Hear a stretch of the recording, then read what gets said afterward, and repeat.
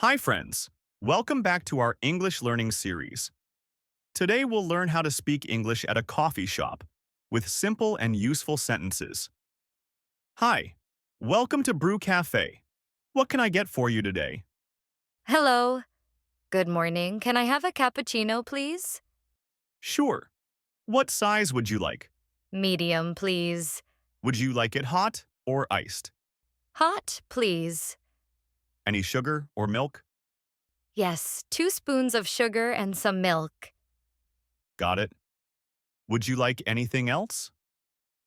Yes, 1 chocolate muffin, please. Great.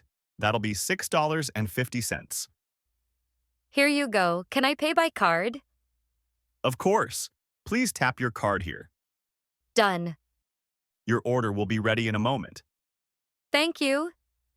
Have a nice day. You too. Thank you for watching. Don't forget to like, share, and subscribe for more easy English learning videos. See you next time. Bye.